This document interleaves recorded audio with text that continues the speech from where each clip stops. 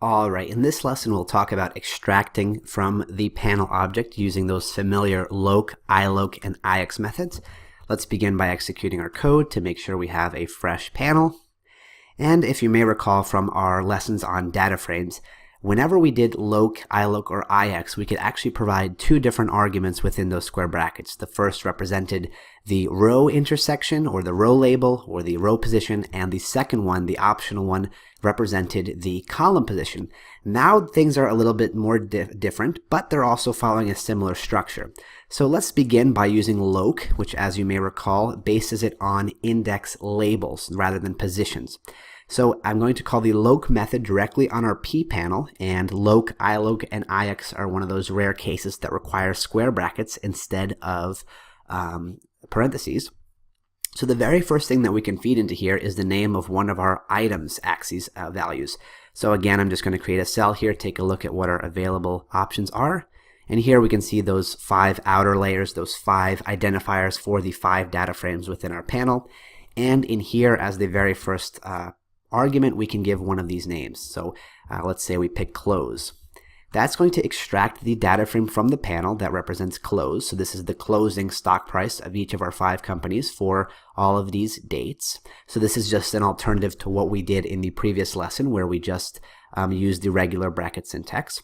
Now, of course, whenever you're extracting from a panel, much like whenever you're extracting from a data frame, you always have to think of it from a specific order perspective. So the first step is always identifying the data frame. There's no point mentioning the rows and the columns unless Pandas knows which of the 5 data frames you're referring to. So the very first argument to iloc is always going to be an identifier for one of these values in the items axis. And by itself, of course, we're going to return that data frame that corresponds to that close identifier. If we provide a comma here, what we can do is give it a second argument, and that's going to represent a value from the major axis, which represents the row labels. So now we're kind of following a similar structural path to the data frame where we feed in the row label and then the column label after if we want to. So let's begin by just pulling the information for, let's say, 2014, April 8.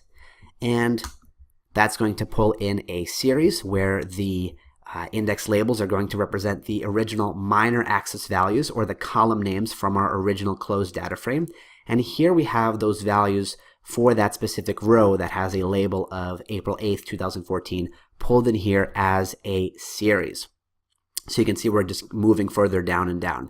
Now, of course, you have to watch out, because if this date does not exist, or this label does not exist, much like if this item does not exist, you're going to get an error. Pandas is going to throw a big block of text if it doesn't exist. So just be careful for that. And of course, the third argument that we can give to iloc is our third label, which is going to represent our major, or rather our minor axis, which is our column axis. So it can basically be one of these values right here that we see. So if I want to extract this value, I can just type in goog, and we're going to extract the closing price of Google on the 8th of 2014. And of course, if I modify something like the first argument, which is the items axis, if I just change something like that to low, these are still going to stay valid. So there is Google's stock's lowest price on April 8th, 2014. So you can see how easy it is to just put in a different value in there and get what we want. So that's iloc. It bases itself on index labels. So we have to provide an items label, a major axis label, and a minor axis label. Of course, not all of them are required. We can either do one by itself, or 2 or 3. It depends on how deep we want to go.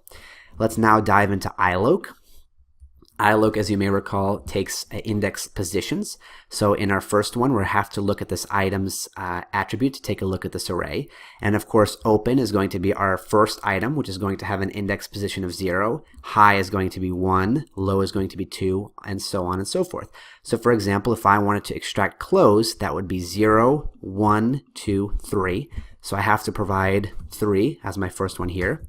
That's going to give me the data for the close data frame. I can provide a comma here, an additional argument. That's going to represent the index position of my next argument, which is my row labels, so these dates. So if I want the label that has an index position of 200, that's going to go ahead and extract a specific row here. We can take a look at what it is right now. And that's going to be the date with a label of October 20th, 2010. And as well, we can also put in a comma here and give it a index position of our columns. So of course, Apple is going to be 0, Amazon is going to be 1, Google is going to be 2, and so on. So if I want something like Microsoft at 25.31, that would be the fourth item, which is an index position of 3.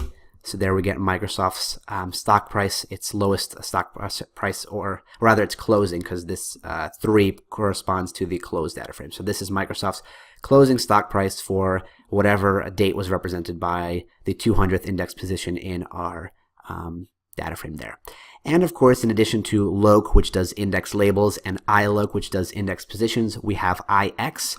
And the great thing about ix is that we can mix and match. So once again, I'm going to call the ix method, give it a pair of square brackets.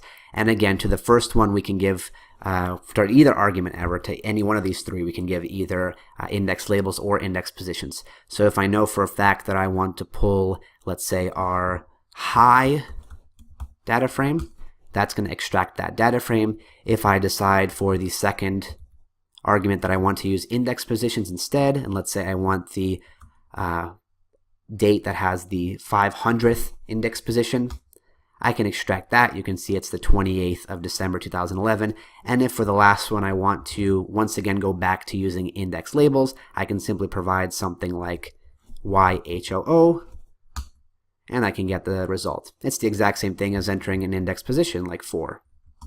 Exact same thing. So again, I prefer ix because I think it's the most flexible and the most kind of open to different contributions depending on what you're feeling like doing or combining in this case. So that's just a reintroduction, if you will, to the loc and iloc and ix methods, but as applied on a pandas panel object instead of a data frame.